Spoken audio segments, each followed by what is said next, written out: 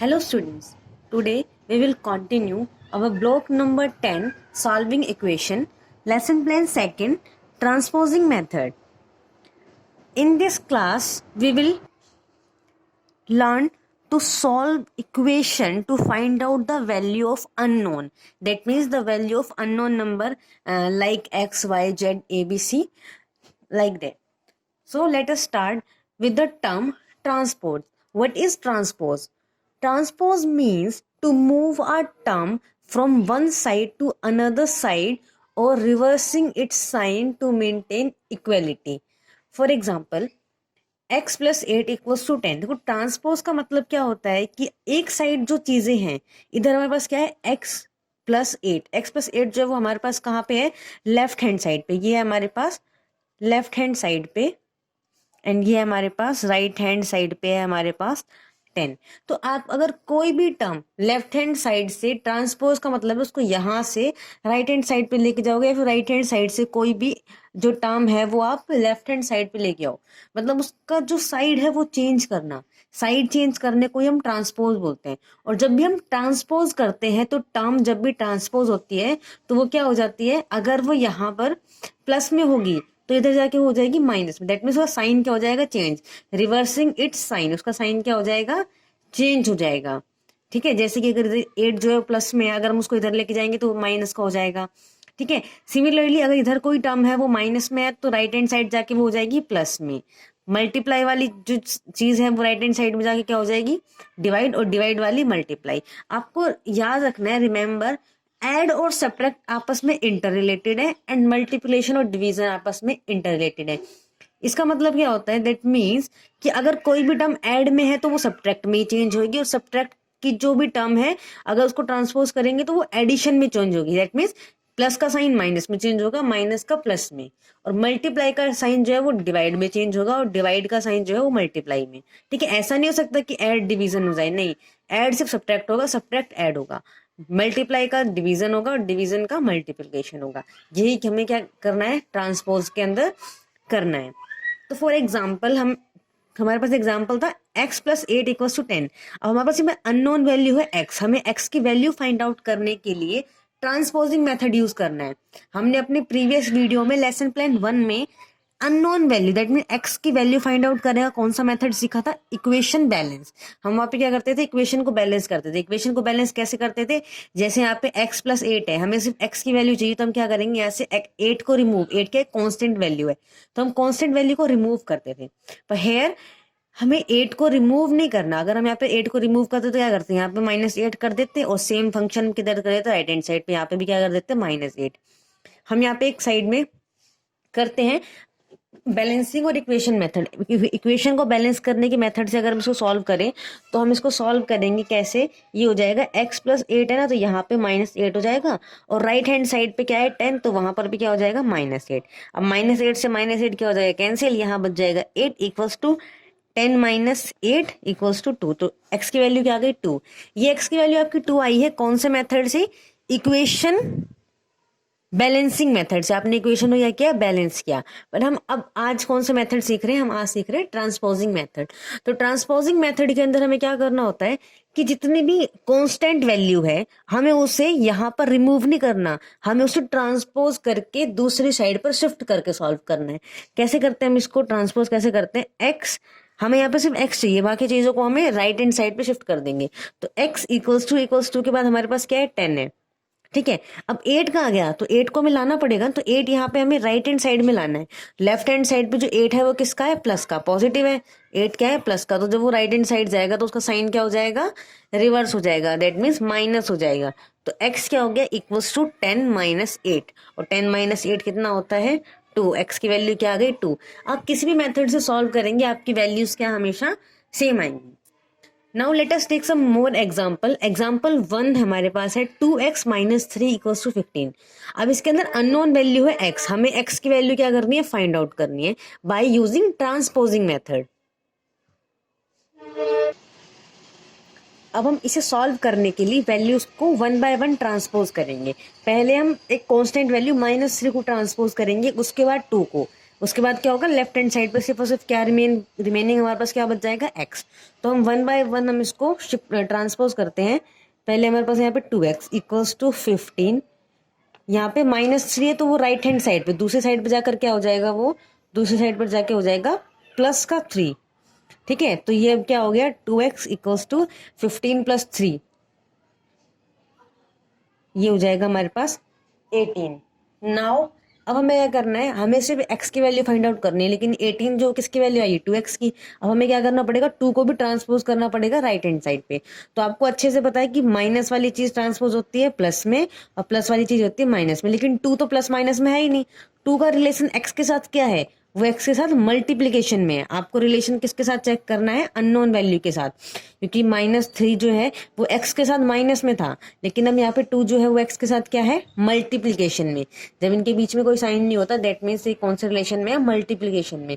तो अब जब ये राइट हैंड साइड शिफ्ट होगा तो क्या हो जाएगा, डिवाइड हो जाएगा। तो ये हो जाएगा 18 डिवाइडेड बाय 2, और 18 डिवाइडेड बाय 2 आपके पास क्या आ जाएगा, वैल्यू आ जाएगी 9। तो x की वैल्यू क्या आ गई, 9। तो ये x की value 9 I by using transposing method. ठीक है, अब एक और एग्जांपल लेते हैं। हमारे पास एक और एग्जांपल है, 130 इक्वल्स टू 3 ब्रैकेट में 30 + q ब्रैकेट क्लोज +10। हमें इस इक्वेशन को सॉल्व करके अननोन वैल्यू जो है वो फाइंड आउट करनी है। इसके अंदर अननोन वैल्यू क्या है, इसके अंदर अननोन वैल्यू है q।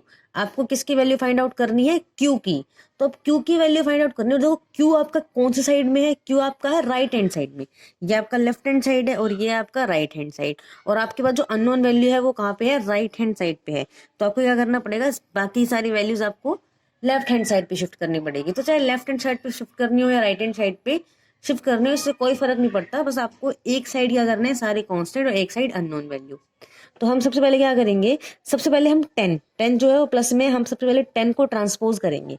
तो 130, 10 इधर क्या है प्लस में, इधर आ जाएगा तो क्या हो जाएगा माइनस में। उसके बाद इक्वल्स टू का साइन था, इक्वल्स टू का साइन लगा लिया हमने, 3 और ब्रैकेट के अंदर 30 + q को हम रखेंगे अभी एज इट इज। अब हम 130 में से 10 को माइनस कर देंगे तो ये हो जाएगा हमारे पास 120। इक्वल्स टू में हमारे पास क्या बचा हुआ है अभी, 3, और ब्रैकेट में बचा हुआ है 30 + q। ठीक है, अब नेक्स्ट स्टेप में हम क्या करेंगे, हम पहले इस वाले 3 को इधर क्या करेंगे, ट्रांसपोज करेंगे, और 3 जो है वो ब्रैकेट के साथ कौन से रिलेशन में, मल्टीप्लाई में। तो जब वो लेफ्ट हैंड साइड शिफ्ट होगा तो वो क्या हो जाएगा, डिवाइड में। तो यहाँ पे आ जाएगा 120 डिवाइडेड बाय 3 इक्वल्स टू, यहाँ पर सिर्फ बच जाएगा 30 + q ब्रैकेट के अंदर 30 + q। अब तो ब्रैकेट लगाने की जरूरत ही नहीं है क्योंकि हम 3 को तो लेफ्ट हैंड साइड पे ले आए। अब 120 को जब आप 3 से डिवाइड करोगे तो आपके पास क्या आ जाएगा, 40। 120 डिवाइडेड बाय 3 आ जाता है 40। ठीक है, और इधर बच गया हमारे पास 30 + q। हमें तो वैल्यू फाइंड आउट करनी है q की, तो अब हमें 30 को भी इधर ट्रांसपोज करना पड़ेगा, और 30 इधर क्या है, प्लस में है ना, 30 क्या है, प्लस में है, तो इधर आगे क्या हो जाएगा, माइनस। तो 40 - 30, 30 इधर आ गया, इक्वल्स टू का साइन एज इट इज, और इधर बच गया सिर्फ और सिर्फ q, और 40 - 30 हो जाएगा 10, और q की वैल्यू आ गई हमारे पास 10। q की वैल्यू क्या आ गई, 10। तो ये हो गया ट्रांसपोज मेथड से हमने सॉल्व करना सीख लिया। होप आपको ट्रांसपोजिंग मेथड समझ में आ गया होगा। Now let us discuss our workbook as to transposing method. पहला क्वेश्चन कह रहा है solve the equation by performing the same operation on both side. That mean जो हमने लेसन प्लान 1 में सीखा था, दोनों साइड सेम ऑपरेशन लगा कर सॉल्व करना, ये वही मेथड है। तो इसमें हम क्या करते हैं, हम एक पार्ट सॉल्व कर देते हैं। x - 10 है तो हमें यहाँ से 10 को रिमूव करना है कांस्टेंट वैल्यू को, तो हम क्या करेंगे, यहाँ पे प्लस का 10 है ना, तो हम एक माइनस का 10 और ऐड कर देंगे। इक्वल्स टू में 12 है। अब हमने यहाँ पे माइनस का 10 अपनी तरफ से ऐड किया है ना इस 10 को रिमूव करने के लिए, तो हम यहाँ पर भी क्या करेंगे, माइनस का 10 करेंगे। अब इधर 10 से 10 तो कट जाएगा क्योंकि 10 - 10 0 हो जाता है। यहाँ बच गया सिर्फ और सिर्फ x, और इधर क्या बच गया, 12 - 10। 12 - 10 आपका हो जाता है 2x की वैल्यू आ गई 2। सिमिलरली आपको बी पार्ट भी सॉल्व करना है इक्वेशन मेथड से, बैलेंसिंग मेथड से। आपको क्या करना है, दोनों इक्वेशन को क्या करना है, बैलेंस करना और सॉल्व करना है। तो x की वैल्यू आ गई 2, हम यहाँ पे लिख देंगे x की वैल्यू 2। ठीक है, यहाँ पे हमें a की वैल्यू फाइंड आउट करनी है। Now come to the question number second, solve the equation using transposing method. Now आपको सेकंड क्वेश्चन में क्या करना है, ट्रांसपोजिंग मेथड यूज करना है। ट्रांसपोजिंग मेथड के अंदर आपको इक्वेशन गिवन है z - 7 = 1। आपको वैल्यू फाइंड आउट करनी है z की। दैट मीन z के साथ जितनी भी कांस्टेंट टर्म है उसको आपको ट्रांसपोज करके दूसरी साइड पे ले जाना है। तो यहाँ पे फिर और बचेगा z = 1। माइनस का 7 है, को हम दूसरी साइड पे शिफ्ट ट्रांसपोज करेंगे तो ये हो जाएगा प्लस का 7 और जेड की वैल्यू आ जाएगी आपके पास 7 + 1 8, जेड की वैल्यू आ गई 8। ठीक है, हम इसका एक पार्ट और सॉल्व कर देते हैं, हम इसका सी पार्ट सॉल्व करते हैं, बी और डी आप सॉल्व करेंगे बाय योर ऑन। तो हमें इक्वेशन ट्रांसपोजिंग मेथड से सॉल्व करना है, m डिवाइडेड बाय 3 - 4 = 6। तो हम इस वाले में हम क्या करेंगे, हम 1 बाय 1 ट्रांसपोज करेंगे। पहले हम -4 को ट्रांसपोज करते हैं, -4 को ट्रांसपोज करोगे तो 6 माइनस इधर -4, इधर क्या हो जाएगा प्लस का 4, और 6 + 4 क्या हो जाता है 10, इधर बच गया m अपॉन में 3 = 6 + 4 10। अब आप क्या करोगे, अब आप 3 को लेके जाओगे तो 3 यहाँ पे क्या है डिवाइड में है। ठीक है, तो जब वो चेंज होगी, 3 की साइड चेंज होगी तो क्या हो जाएगा मल्टीप्लाई में आ जाएगा। तो m = 10, इधर 3 डिवाइड में है तो यहाँ पे क्या आएगा, जब हम इसको ट्रांसपोज करेंगे तो मल्टीप्लाई में हो जाएगा, और m = 10 × 3 30, m की वैल्यू आ गई आपके पास 30। ठीक है, सेम आपको यहाँ पर p की वैल्यू फाइंड आउट करनी है और यहाँ पे t, ये t है, t की वैल्यू आपको फाइंड आउट करनी है। Now come to the question number 3, solve the equation. आपको क्या करना है, इस इक्वेशन को सॉल्व करना है। आपको इक्वेशन गिवन है 3 ब्रैकेट में x + 2 - 4 = 11। आपको कुछ भी नहीं बोला हो तो आप ट्रांसपोज मेथड यूज कर सकते हो, और ट्रांसपोज मेथड में क्या करते हैं, हम सारी टर्म्स को दूसरी साइड पे शिफ्ट करके अननोन की वैल्यू निकालते हैं। यहाँ पे अननोन है x की वैल्यू निकालनी है, तो हम क्या करेंगे, पहले -4 को ट्रांसपोज करेंगे तो आपके पास आ जाएगा 3x + 2 ब्रैकेट में, ये एज इट इज हो गया = 11, और -4 था, इसको हम इधर ले आएंगे तो हो जाएगा प्लस का 4। ठीक है, अब ये तो क्या हो गया 14 हो गया, हम इसको अगेन लिख लेते हैं x + 2 = ये हो गया 14। ठीक है, अब हम क्या करेंगे, 3 को ट्रांसपोज करेंगे, 3 यहाँ पे क्या है मल्टीप्लाई में, तो उधर जाके क्या हो जाएगा डिवाइड में, और यहाँ बच जाएगा सिर्फ x + 2 = 14 डिवाइडेड बाय 3।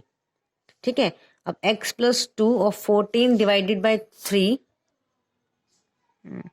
सॉरी ये 11 + 4 15 हो जाएगा, यहाँ पे हो जाएगा ये 15, तो 15 डिवाइडेड बाय 3 और 3 5 जा हो जाएगा आपका 15। ठीक है, अब आपको क्या करना है, अब आपको x की वैल्यू फाइंड आउट करनी है, तो x के साथ में प्लस का 2 है, तो आपको प्लस का जो 2 है उसको उधर ट्रांसपोज करना पड़ेगा, और जैसे आप x को उधर 2 को उधर ट्रांसपोज करोगे तो ये किस में आ जाएगा माइनस में, क्योंकि इधर 2 प्लस का है तो इधर हो जाएगा माइनस का 2, और x की वैल्यू आ जाएगी आपके पास 5 - 2 = 3, x की वैल्यू आपके पास आ गई 3, आप यहाँ पे लिख सकते हो x की वैल्यू हो गई 3। ठीक है, आपको सिमिलरली ये इक्वेशन सॉल्व करनी है by your own. Now your homework is you have to complete your S2 in your workbook, plus में आपको प्रैक्टिस क्वेश्चन का सेट 2 आपको अपनी फेयर नोटबुक में करना है। Thank you.